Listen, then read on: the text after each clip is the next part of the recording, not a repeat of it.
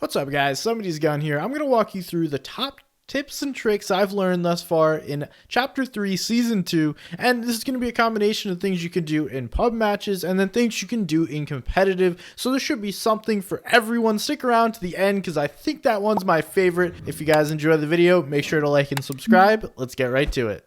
The first tip is going to be around the cow catcher or the plow. Now, they're found in these red ammo boxes, and you can find them in floor loot, but they're very versatile. You can throw them onto vehicles, much like the chonker tires, but it goes on the front, and you guys can see it just runs through everything. Now, these have the ability to damage players, damage builds, and they're basically unstoppable when you have some momentum. The IO car and the 18-wheeler truck are, in my opinion, the two best vehicles to throw this on. You can even combine the chonker tires with the cow catcher to just totally destroy everything and fly around the map. Right now, it's a little clunky to start the season when you're not on an actual road, but I would imagine that will get fixed, and I really love this just for breaking builds. Next, we have the cow catcher as a throwable item, using it in fights. So you can see I have a fully built box here, and I'm going to throw this and it's going to break all of the walls in that area.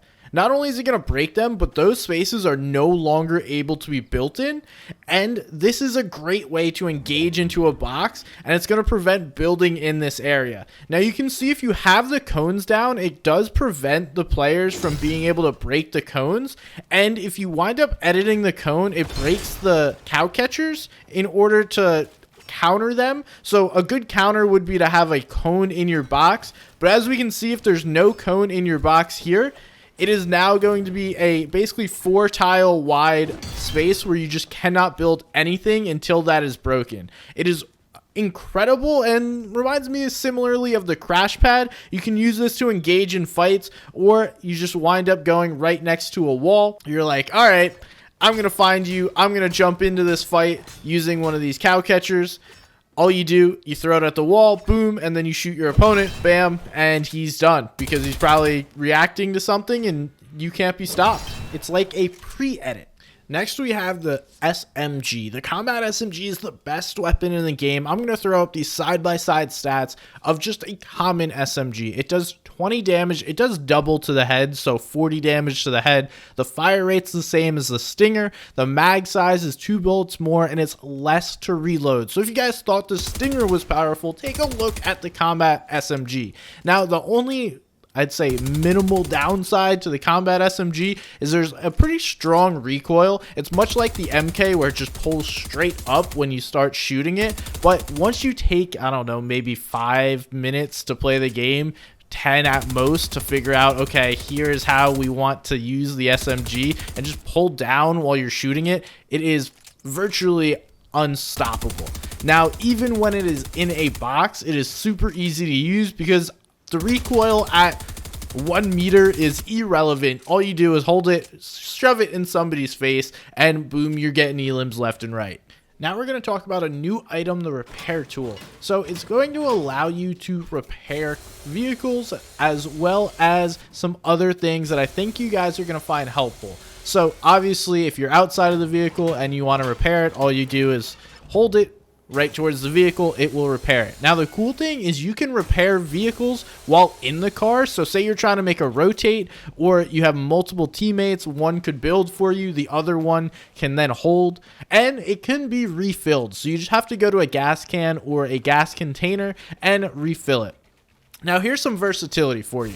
It also can build and repair metal walls. So we see how quickly the metal's going up. Now, it doesn't work for brick or wood. It just destroys the brick. It even lights the wood on fire. So this could be more versatility for endgame to light wood builds on fire. Now, the cool thing is, say you're boxing up in full metal, you can quickly repair or fully build these builds.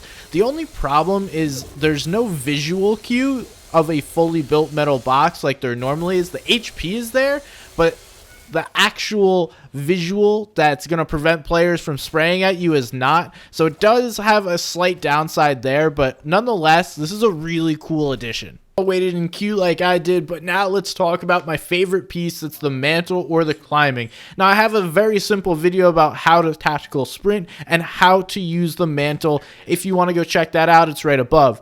Nonetheless, there's advanced tips for mantling. I've seen ghost climbs, I've seen climb boosts or super jumps, and I've also seen animation canceling. So let's go one by one, first with the ghost climbs. This first clip by Zesiashis is going to show us the ghost climb. So he climbs the wall first, and then he's going to climb the edited cone, reset the cone, and so you're essentially climbing nothing. This can be done with broken builds, resetted builds, and there's a lot of different options with this. So you see, climb the wall, climb the edited cone, and then climb the build that gets broken that would be the ramp behind him. It's really interesting, and I've seen players chain together these ghost climbs. Next, let's talk about super jumps, super boosts, or mantle boosts. So it's essentially a combination of ramp phasing and the mantling. It works both ways, and it can get you some significant height. I found this one way that got you about 1.5 tiles, but this other video shows us that you can get way higher using the mantling, resetting builds, and then phasing forward to shoot you up in the air. Let's slow this down so we can figure out what's going on. So the player is going to edit, reset, mantle the wall, and use the phase to boost him up. It is, I don't even know. You can see this puts him up 2 layers, and it is a beautiful boost. Now this last piece is animation canceling. I'm sure you guys have seen the Marto's cone climb phase on Twitter. Now, what is the big key to this is being able to animation cancel the mantling. If you have to go through the full animation to climb up over the builds, you're not going to be able to do this, but it seems that resetting builds along with the animation is going to somewhat cancel that animation process and allow you to shoot faster. So not only is it going to allow you to shoot faster, but you can also build faster, edit, whatever you need to do. I'm sure there's going to be other ways to do this. Right now, the only way I know of to get through the animation faster is to go and reset a build. But if you guys find something else, let me know, because I really want to get better understanding the whole mantling process. And I think that there's going to be better ways to cancel the animation, or at least speed up the process. So both of these players exhibit ways where we're seeing the mantling, then the mantling animation be totally or somewhat wiped out, and they're going to be able to shoot faster and do things faster than you normally would otherwise.